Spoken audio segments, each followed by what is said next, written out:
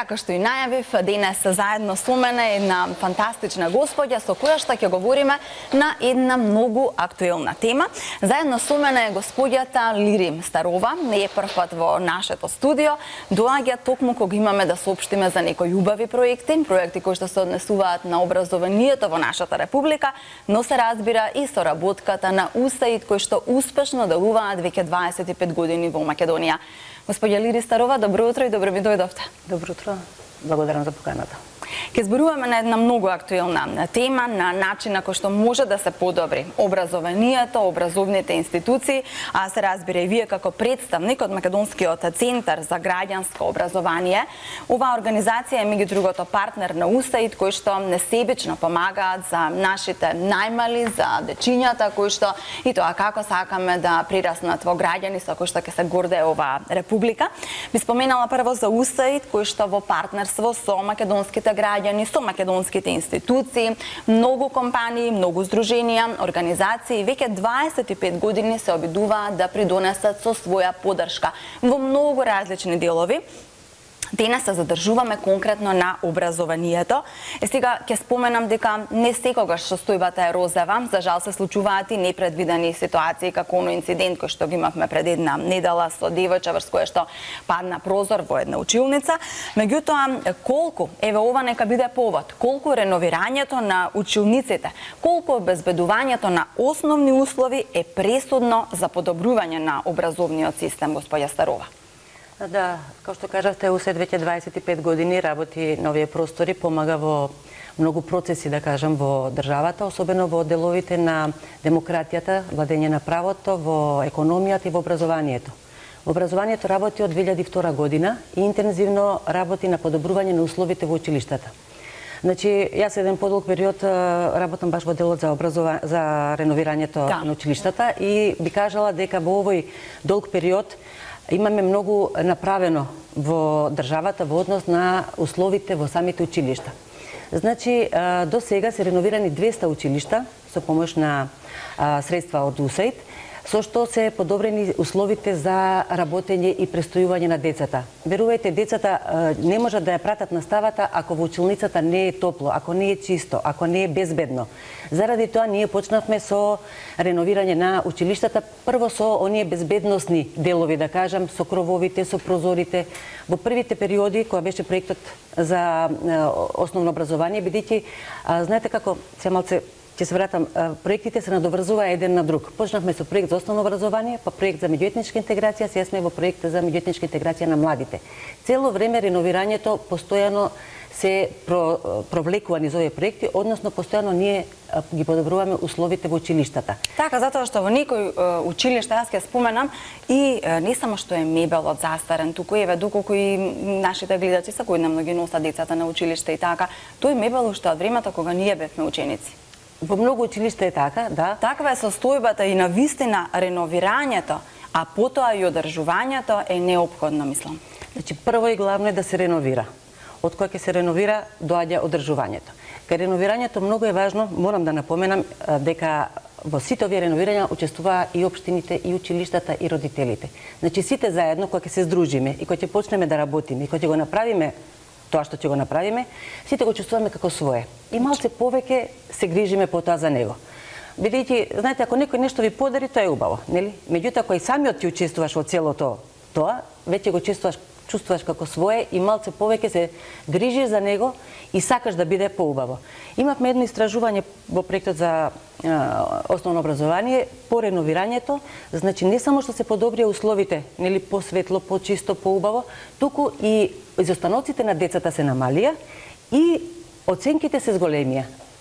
Се прашувавме зошто. Всушност тоа е затоа што децата веќе не се грижат дали во ќумбето или наставничката има дрво или нема дрво, им постоиш парно грејење, веќе за тоа не се грижат.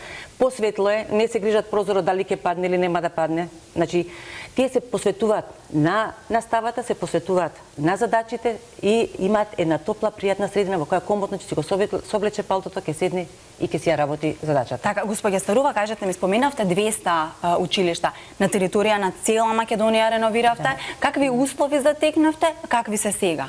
училниците и фотографии ние гледаме кои што баш сведочат за тоа што е направено. Значи, реновиравме 200 училишта во сите делови од Македонија, во сите општини. Значи, во сите општини по 2 до 3 училишта сме реновирале, некаде и 4, зависи каква била потребата и колку е голема општината. Меѓутоа, до најпоследното село, да кажам, до највисоките рурални средини и до најголемите градови. Сегдека дадовме колку што можевме и каде што требаше. Што затекнавме?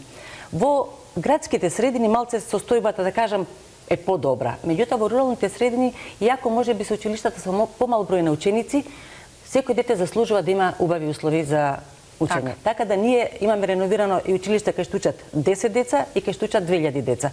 Значи, на целата територија сегдека опфативме, сегдека колку што можевме, учествувавме во подобрувањето на условите и мислам дека од оние имавме училишта каде што немаше ни тоалети или каде што кровот прокапува на сите страни, подовите од даски кои ги мачкат со на прегорено улје, па не знам ни како се седи во таа училница. Нешто што не е дозволено апсолутно за нашите деца. Сето тоа го вадиме комплетно, го отстрануваме, се носи на депонија и се поставуваат еколошки материјали, се поставуваат со термоизолација, да кажеме, фасади или прозори, сето тоа што ќе допринесе за подобри услови во училиштето. Сега, господја Лили, откако ќе се реновира, мислам дека многу е важно одржувањето. Тоа е проблемот што да не се уништува таа опрема, училишна опрема. Јас сум била ученик. Знам како оделе работите. Ке се ишкарта клупата, ке се напише името на симпатијата со шестар и сето тоа. Меѓутоа, на кој начин да се влијае за да тоа остане како што е поставено?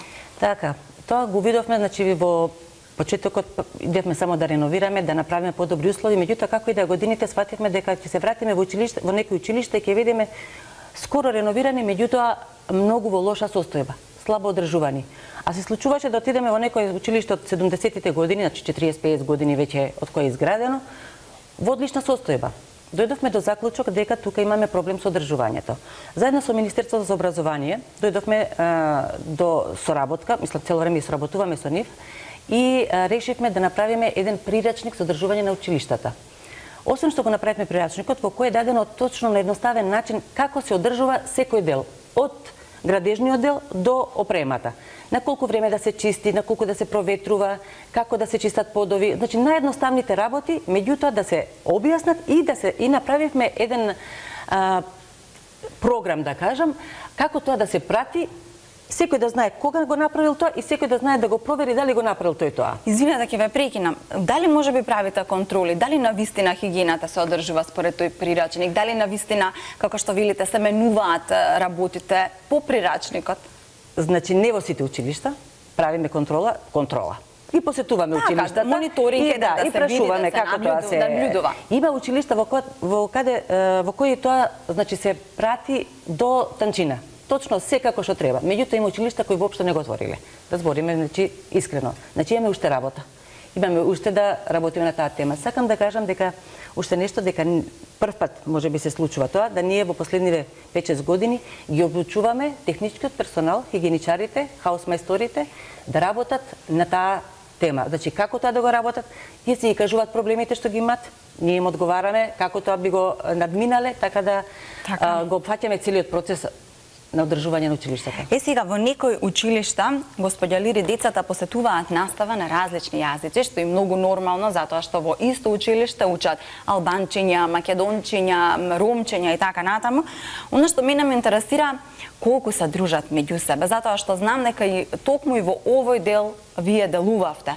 Значи, колку има меѓу нив дружба или сепак ги имаме оние предрасуди дека не се дружам со него, тоа е една етничка определба, јас сум друга, па може би и ние родителите некогаш влијаеме во тоа. Што мислите? Па, проектот за меѓуетничка интеграција во образованието се занимаваше токму со оваа тема и сега новиот проект што почна за меѓуетничка интеграција на младите во образованието се продолжува во таа област. Значи, усвет кога направи едно истражување на теренот на Македонија, се увиде дека многу малце децата се дружат меѓу себе. Една од причините може би е затоа што учат во посебни смени, во посебни згради. Меѓутоа, сепак не би требало во една држава луѓето да не се познаваат или децата да не се познаваат. Затоа ЮСЕД го направи овој тој проект со кој требаше да ги зближиме децата. И мислам дека во тоа доста успеавме. 5 години работевме на оваа тема, работевме на зближување, односно запознавање. Имате некој пример на другарча на албанче и македонче? Да, знаете, ние почнавме со заеднички ученички активности. Значи дававме грантови по 30.000 денари. Тоа не е некоја голема сума, меѓутоа е доволно голема за да ги здружиме децата. И што правеа училиштата со тие пари? Деца од Битола доаѓаа во Тетово. Деца од Струмица доаѓаа во Гостивар. Значи се запознава. Првиот ден, знаете, првиот час, пошто имаше еднодневни, меѓутоа имаше и кампови по 3-4 дена каде што престојуваа децата. Првиот момент секој си седи и така наблюдува сега да види. Знаете, тој од дома се носи од средината, тој е различен, тој не е како нас. И децата кога ќе се сретнат, гледат, па и не е различен, многу е исти муавети, исти желби, исти мечти имаат. Значи, децата, за исто сакаат. И вториот ден или вториот час, зависи каква е активноста, тие веќе се опуштаат. Подоцна тие веќе зборат и без разлика дали го знаат јазикот или не. Ќе најдат некој начин. Дали е со објаснување, дали ќе употребат англиски некој збор, или тоа што го знаат и ќе си ја сработат активноста за која си дошле. Јазикот на другарството, да може да кажеме. Апсолутно, тука се гледа дека не е толку пречка јазикот, се наоѓа решение. Едниот ќе научи збор од албанецот од македонскиот, македонецот од албанскиот и ќе се снајдат. На камповите е најинтересно кога после 4-тиот ден кога треба да си одат, не можеме да ги разделиме. Не можеш да ги ставиш во автобусите, нели, да си одат секој во својата средина, се гушкаат, потоа се допишуваат, Фејсбукот сега е нели многу актуелен, тоа се пишува, се комуницира. На децата само треба да им се даде простор. Лире, многу ми е драго ова што го слушнам, господја Лири, значи мислам дека е ова дефинитивно една надеж за Македонија. Кажете ми сега, младината ја зборуваме како надеж, како тие се следните академски граѓани на ова општество. Која е вашата заложба во тој дел? Сега отидовме еден чекор понапред. Освен за меѓуетничката интеграција, ние сега работиме и на граѓање на граѓанските квалитети кај младите. Тука сега и во Министерството за образование се формира една работна група кои го ревидираат и ја ревидираат и програмата по граѓанско образование. И тоа е еден значи ја разгледуваат програмата со други зборови. Ја разгледуваат, гледаат што е добро во неа, што не е добро, што треба да се дополни, измени или да остане исто. Значи и работат на таа тема.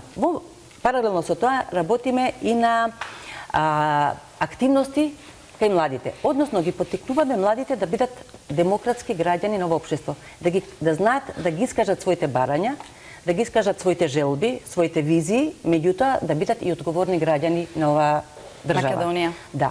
Значи мораме да работиме со младите. Младите се златни, значи децата нема нешто подобро од децата, само треба малце да се вложи во нив. Треба да им дадеме простор.